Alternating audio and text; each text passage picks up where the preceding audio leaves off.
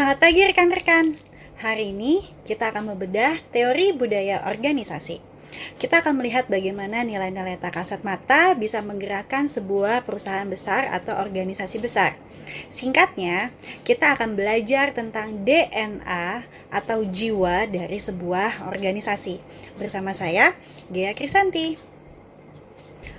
Budaya organisasi adalah sistem makna bersama yang membedakan satu organisasi dengan organisasi lainnya. Bayangkan sebuah organisasi sebagai sebuah kepribadian manusia. Jika strategi adalah otak atau apa yang kita rencanakan, maka budaya adalah karakternya. Bagaimana kita sebenarnya bersikap. Seperti kata pepatah, budaya bukanlah sesuatu yang dimiliki organisasi. Budaya adalah organisasi itu sendiri. Mengapa budaya adalah organisasi itu sendiri? Kutipan tersebut mengatakan bahwa budaya bukan sesuatu yang dimiliki, tapi sebuah identitas.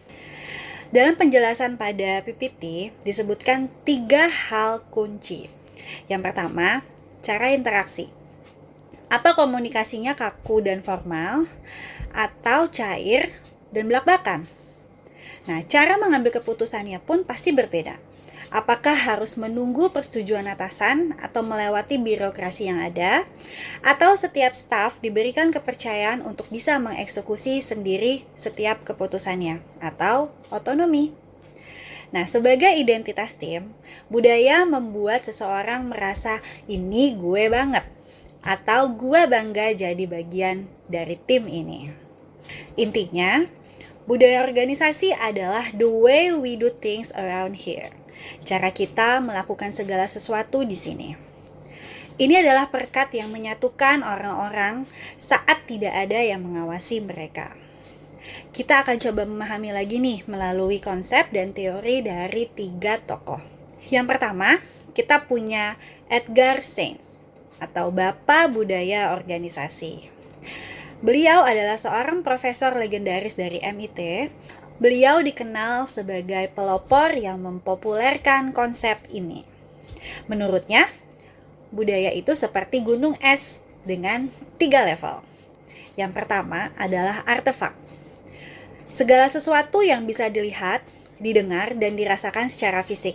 Contohnya, seragam karyawan, tata letak media kantor, kemudian juga logo, cara berpakaian, hingga ritual seperti morning briefing. Nilai yang terucap.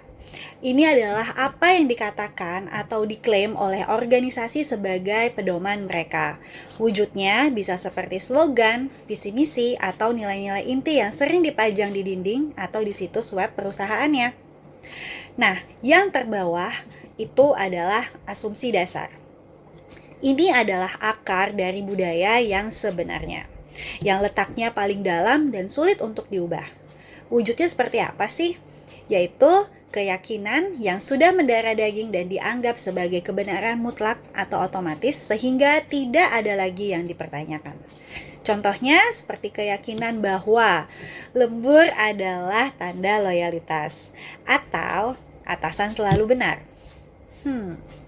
Karena sifatnya yang otomatis di otak seluruh anggota tim, poin inilah yang menjadi kunci utama jika ingin melakukan perubahan organisasi yang nyata. Kita punya Charles Handy, sang filosof manajemen. Beliau adalah seorang penulis dan filosof manajemen asal Irlandia. Beliau sangat ahli dalam memetakan kepribadian organisasi. Handy membagi budaya menjadi 4 tipe utama.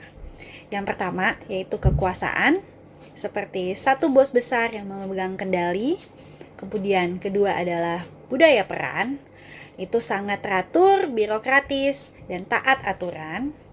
Yang ketiga adalah budaya tugas, fokusnya cuma satu, selesaikan proyek secara tim.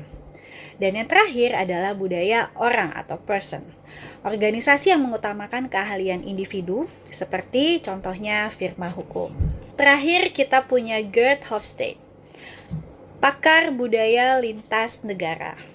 Kita mengenal Geert Hofstede sebagai psikolog sosial asal Belanda yang melakukan penelitian besar di IBM. Beliau menunjukkan bahwa budaya organisasi juga dipengaruhi oleh budaya nasional. Ada 5 dimensi utamanya. Yang pertama yaitu power distance, seberapa berani bawahan berbeda pendapat dengan atasannya. Yang kedua ada individu versus kolektif, jadi kerja sendiri atau kerja bareng-bareng. Yang ketiga, maskulin versus feminim, mengejar target versus kesejahteraan karyawan. Yang keempat, menghindari ketidakpastian, seberapa takut kita pada resiko. Dan yang terakhir adalah orientasi jangka panjang, fokus pada masa depan atau tradisi. Mengapa budaya itu sangat penting? Budaya bukan sekedar formalitas, ia adalah mesin penggerak organisasi kita. Kita lihat yuk fungsi budaya organisasi itu apa? Yang pastinya, yang paling penting adalah pemberi identitas. Membuat kita berbeda dari organisasi atau perusahaan yang lain. Kemudian ada juga untuk meningkatkan komitmen kolektif. Bagaimana menyatukan kita pada tujuan dasar, bukan sekedar kepentingan pribadi. Yang ketiga, stabilitas sistem sosial. Menjadi perekat agar lingkungan kerja tetap kondusif dan dapat diprediksi. Dan yang terakhir, membentuk perilaku karyawan. Menjadi kompas moral dalam bekerja sehari-hari. Contohnya, tanpa diawasi atasan pun karyawan tetap jujur dalam mengelola anggaran karena itulah budaya kita.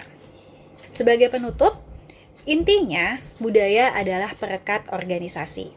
Tanpa budaya yang kuat, visi dan misi sehebat apapun hanya akan jadi hiasan di dinding kantor. Mari kita bangun budaya yang sehat mulai dari sekarang.